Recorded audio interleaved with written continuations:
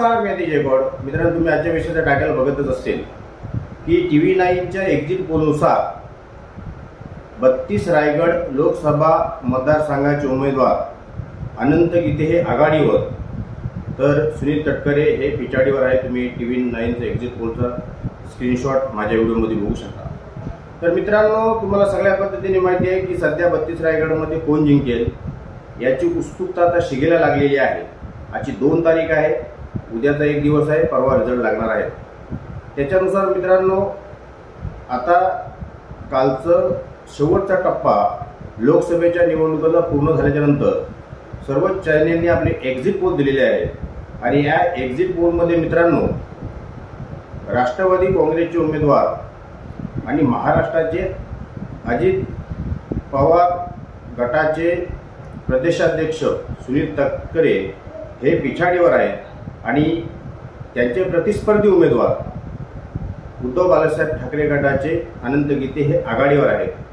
अशा पद्धतीने मित्रांनो कालच एक्झिट पोल आलेले आहेत आणि जर काही एक्झिट पोल खरे ठरले तर मित्रांनो निश्चितच एक मोठा बदल हा 32 रायगडमध्ये आपल्याला पाहायला मिळेल. जर आपण म्हटलं की तुम्हाला चांगल्या पद्धतीने माहिती आहे, काही मध्यंतरी मी काही पत्रकारांचं विश्लेषण बघितलेलं होतं. त्याच्यामध्ये त्यांनी असं सांगितलेलं होतं की 32 रायगडची जी लोकसभेची जागा आहे ही नेहमी ज्या वेळेला देशामध्ये जो कुठला पक्ष सत्तेमध्ये येईल त्याची हवा असते त्यावेळेला त्याच्या विरोधात 32 रायगडचा लोकसभेचा उमेदवार येथील जनता ही निवडून देत असते. बॅरिस्टर अंतुलनच्या बाबतीत सुद्धा मला वाटतं असं झालेलं होतं, हे तुम्हाला सर्वांना माहिती असेल. आणि तशीच एकंदरीत परिस्थिती आता सध्या 32 रायगड लोकसभा मतदारसंघामध्ये झालेली आहे. 2019 मध्ये शेतकरी कामगार पक्ष, राष्ट्रवादी काँग्रेस आणि काँग्रेस या महाविकास आघाडीमधून निवडून आलेले सुनील तटकरे आज मित्रांनो त्यांच्यासोबत 6 मतदारसंघातील 5 आमदार आहेत, तरी सुद्धा ते एक्झिट पोलनुसार पराभवाच्या छायेत दिसत आहेत. याचा अर्थ मित्रांनो, तुम्हाला एक बोध जे कोणी नेते असतील त्यांनी घ्यायला पाहिजे. कारण की जरी एखादा नेता हा पक्ष सोडून जरी गेला तरी सुद्धा त्या पक्षाचे मतदार असतात, ते शक्यता त्याच्यासोबत जात नाही. याचं हे एकमेव उदाहरण जर अनंत गीते एक्झिट पोलनुसार जिंकले तर आपल्याला याचं एक उदाहरण, उत्तम उदाहरण हे पाहायला मिळेल.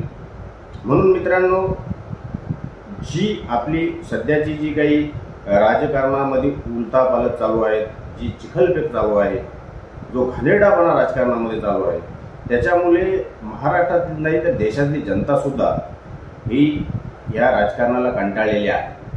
संपूर्ण देशाचं जर आपण बाजूला ठेवूया, परंतु महाराष्ट्रामध्ये शिवसेना, स्वर्गीय बाळासाहेब ठाकरे यांनी स्थापन केलेली शिवसेना आणि शरद पवार तर आहेत असतानाच त्यांची राष्ट्रवादी, हे दोन्ही पक्ष कशा पद्धतीने फोडले गेले, त्याचे कशा पद्धतीने आपल्या स्वार्थासाठी गट पाडले गेले हे महाराष्ट्रातील जनतेने उघड्या डोळ्यांनी पाहिलेलं आहे.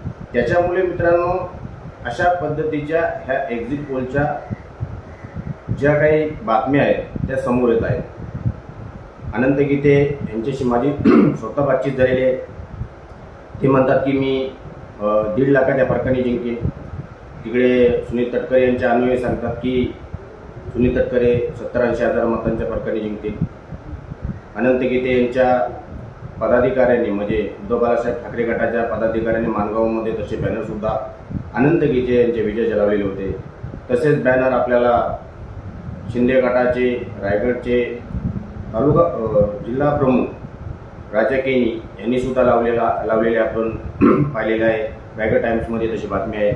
तर मित्रांनो, असं सर्व असताना ज्या वेळेला काल संध्याकाळी एक्झिट पोल जाहीर झाले त्याच्यामुळे निश्चितच मला असं वाटतंय की भरपूर जणांच्या 32 रायगड मतदारसंघातील भरपूर जणांच्या पायाखालची वालू ही सरकलेली असावी. अजूनपर्यंत एक्झिट पोल म्हणजे निकाल आहे असं कधीही मी म्हणत नाही किंवा कोणीही बोलू शकत नाही. परंतु एक्झिट पोलच्या बातम्या ह्या 50-50% खरे असू शकतात असं एकंदरीत अजूनपर्यंत आपण पाहत आलेलो आहोत. मित्रांनो, याच्यामध्ये मला जास्त काही सांगायचं नाही आहे. फक्त कशा पद्धतीने अनंत गीते हे आघाडीवर आले आणि अतिशय जोरात ज्यांनी प्रचार करून प्रचाराच्या माध्यमातून एवढ्या सभा घेऊन, मग ते अल्पसंख्याकांचे मेळावे असतील, मग त्या जाहीर सभा असतील, अशा पद्धतीने सुनील तटकरे यांनी त्यांची पूर्ण ताकद ही लावलेली होती आणि मी जिंकून येईल अशा पद्धतीचं चित्र त्यांनी एकंदरीत 32 रायगड लोकसभेच्या निवडणुकीत केलेलं होतं. तुम्ही पाहिलं तर फॉर्म भरताना ज्यावेळी ते फॉर्म भरायला गेले त्यावेळी त्यांनी एवढ्या मोठं शक्ती प्रदर्शन केलं की समोरची जनता यांना आता वाटलं की सुनील तटकरे जिंकून येतील आणि त्याच्या बरोबर विरोधामध्ये अनंत गीते यांनी अतिशय साधेपणाने जाऊन आपला फॉर्म रायगड जिल्हाधिकारी कार्यालय यांच्याकडे सोपवला. परंतु तटकरे यांचं आपल्याला अगोदरच माहिती आहे की ते हवा करण्यामध्ये अतिशय प्रसिद्ध असं व्यक्तिमत्व आहे आणि हे मला सांगण्याची आवश्यकता नाही आहे. त्याच्यामुळे सुनील तटकरे जिंकतील की काय अशी हवा असताना अचानक काय घडलं, काय झालं हे सुनील तटकरेंनाही कदाचित माहिती नसेल. कारण की सुनील तटकरे यांच्यासाठी ही त्यांच्या राजकारणातली सगळ्यात मोठी अस्तित्वाची लढाई आहे. एकतर इथं त्यांचा अंत होईल किंवा इथे त्यांचा उदय होईल, अशी एकंदरीत परिस्थिती त्यांच्यासमोर आता उभी ठाकलेली आहे. मध्यंतरी शरद पवारांना ते भेटले अशा पद्धतीच्या बातम्या सुद्धा प्रसारित झालेल्या होत्या, त्याच्यावर सुद्धा आपण बोललेलो आहे.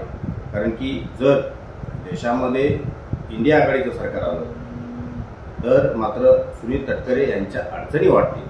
आताच मध्यंतरी काही बातम्या, दुसऱ्या बातम्या सुद्धा प्रसिद्ध होत आहेत, त्याच्यानंतर आपण नंतर व्हिडिओ बनवूया. मला वाटतं रोहित पवार यांनी